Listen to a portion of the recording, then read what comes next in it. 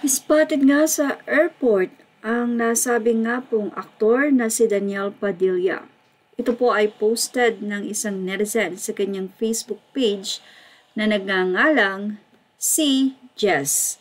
Hindi na po natin babanggitin ang kanyang pangalan para din po ito ay maingatan.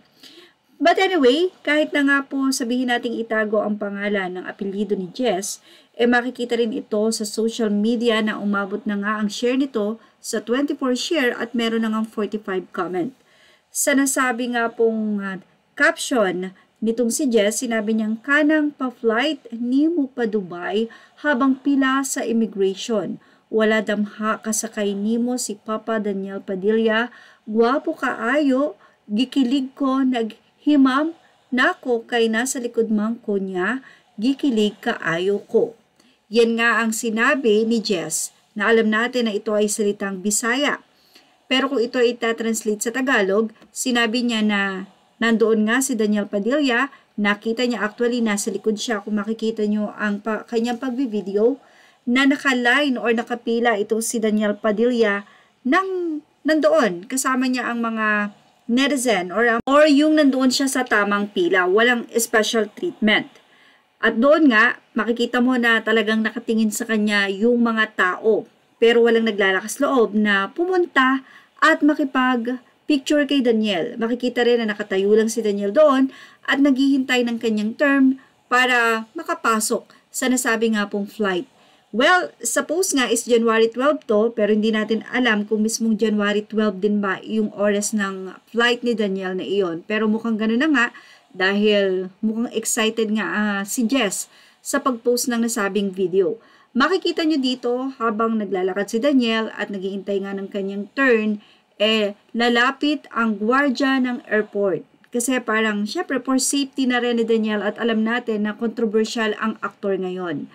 At nasabi nga po na walang kasama itong si Daniel base na rin sa mga tanong ng mga netizen kay Jess. Ayan na po ang gwardiya, tinapik si Daniel at doon ay makikita na itataas ng gwardiya ang nasabing line na yan, ang boundary, at ito ay marahil para maingatan na rin ang safety ng aktor dahil siya ay mukhang papapasukin na, no? Hindi na siya idinaan pa sa pila. Nakakatuwa naman si Daniel dahil pinaunlakan niya ang nasabing gwardiya ng airport. Ganun pa man, marami din ang pumuri kay Daniel dahil pumila siya ng tama. Ngayon nga lang, ganun nga lamang dahil sikat na artista si Daniel, kailangan pa rin ang safety.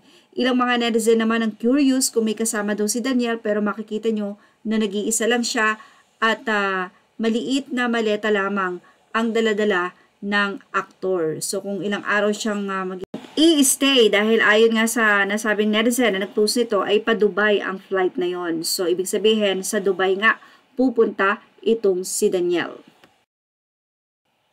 You are now watching Showbiz Now, your daily showbiz update. Maraming ang mga netizen ang nagtanong kay Jess matapos ngang i-post niya sa social media ang nasabing video and ang mga photo na kuha niya habang nakatalikod si Daniel. Ilang mga netizen ang nagtanong sa kanya or maaaring mga kamag-anak niya sa Facebook page kung bakit hindi siya nagpa-picture kay Daniel. Say ni Jess, basig dili siya papik kay tungod sa issue niya pero buutan bayana. Sa Tagalog, tila hindi nga naglakas ng loob si Jess na magpa-picture kay Daniel dahil alam niya yung controversial na kinasasangkutan ng aktor. Baka nga daw hindi ito magpa-picture. So nahiya din si Jess na humingi ng picture kay Daniel. Napasana all naman ng ilang netizen. Actually, nag-hi nga si Daniel sa kanila kaya tuwan-tuwa ang nasabing netizen na ito. Sabi nila, sana all nakita ni Daniel Padilla. Gwapuhi kaayo ni Daniel. Uy, hehe, pero naay, cheater lang.